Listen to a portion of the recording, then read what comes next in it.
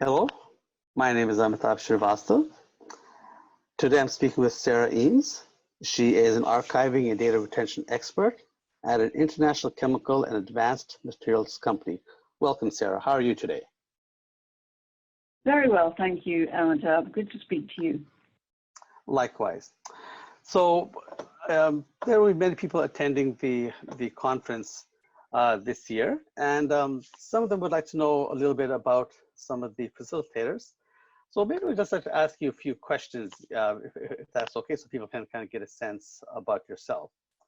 So one of the questions is, I think, is that not all kids grow up thinking about how they're going to manage information. So how did you get into the information profession? Well, I would say that all my roles have focused on process improvement, starting with general business administration and office communications and technologies to support them. So my first position was in IT, and it used technical writing and communication skills to articulate business problems and define solutions with various stakeholders.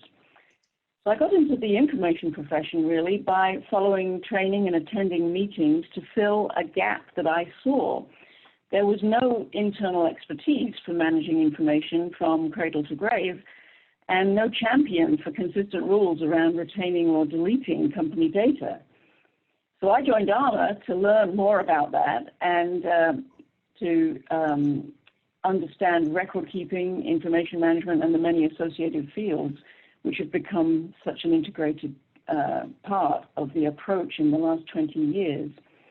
Then I passed the industry certifications to give myself a bit more confidence, and then reestablished a retention program for my company. So since then, I've been contributing to a lot of projects involving data and information from all sorts of perspectives.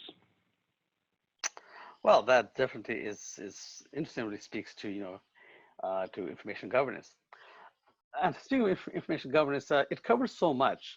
What topic or domain do you feel is underutilized in organizations today? Well, I think the lifecycle management processes for information have not been designed in from the beginning, obviously. Rather, they've been left as a sort of secondary phase. And that usually creates many inefficiencies as well as exposure to risk and compliance problems. And it's also much more expensive to retrofit than to design them in. So I think the domain of managing information risk and compliance through the life cycle is very underutilized. I think intentionally creating end-to-end processes for retaining and then removing information assets based on their value is where IG is going to create new business value. Wow, yes, I think you're very correct about that. So obviously attracting a new generation of future leaders is a big part of growing any profession. How would you advise a young person to prepare for a job in the information profession today? Well, I think that's a great question, and I just say stay curious about all data and information fields, even if you focus on just one at the start.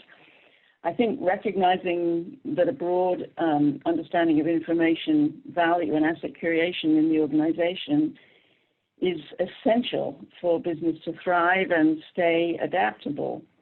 There are so many specializations required today, but there is still a need for some transversal communications to connect the dots and provide a holistic overview. Remember that any technology or platform is only there to manage the data itself, and the value of the data can outlive numerous generations of technology. So that's why I'd say finally just be ready for new solutions which will arise next year, and always be comfortable thinking outside the box. I think it's a really exciting area to be involved in. Oh yes, I would definitely agree with that. So just to wrap up our interview, of course, you've got a session coming up at ARMA InfoCon 2019. What is it that you're speaking on, and what do you think people will take away from your session? So I'm going to speak about the features available in subscription services to research and legal research, that is, and the management of retention schedules and integrated information management policies. I think people will take away a better understanding of the benefits, risks, and change management issues when considering these transitions, because the impacts are to the whole organization, not just the records managers and the information security teams.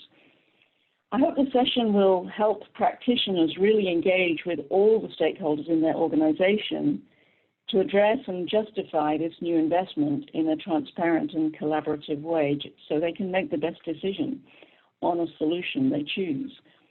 And finally, I really hope that participants will be able to champion the benefits of implementing a sustainable process to manage these regulatory and legal changes which are coming at us all the time from all over the world, and to do that regardless of the final solution chosen.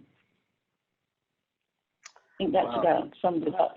Right. No, I think that's a very, very interesting topic, and I'm sure it'll get many people coming out to your presentation. So I've been speaking with Sarah Emes. She is an archiving and data retention expert at an international chemical and advanced materials company.